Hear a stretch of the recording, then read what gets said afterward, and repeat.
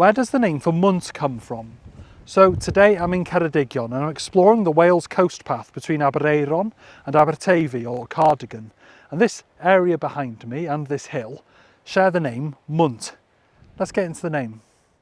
Mwnt is one of the most striking landmarks on this stretch of the Wales coast path, and its name appears in records from the mid-16th century, including forms such as Mwnt and y Grog Mwnt recorded in 1566.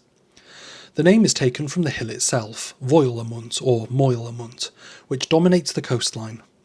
Mwnt is generally understood to derive from English mount or from Norman French mont, most likely passing into Welsh through Norman French or Anglo-French usage. This may reflect the perspective of Norman or later medieval settlers in Cardigan, for whom the hill was a prominent coastal landmark. At the summit, tradition holds that a large stone cross once stood here, though no definitive remains of its socket have been identified.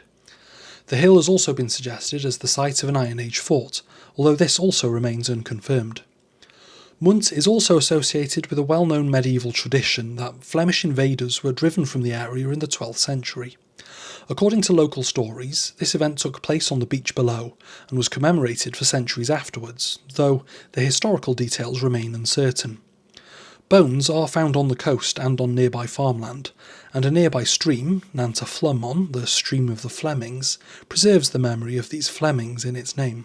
The church here, Eglwys y Grog, meaning the Church of the Cross, is ancient in origin. The earliest parts of the current building date back to the 12th century, with later additions and alterations over time, but probably it's on the same site as an earlier church.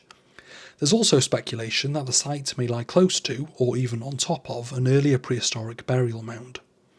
Today, Mwnt remains a memorable stopping point on the Wales coast path, where landscape, tradition and history come together in a dramatic setting. So the name means mountain. Anyway, diolch, thank you. Give us a like, give us a share and give us a subscribe. And if you want to support me on my quest to explain every place name in Wales, and a couple outside of it as well sometimes, you can on my Patreon. The link's in my bio. Diolch, have a good one.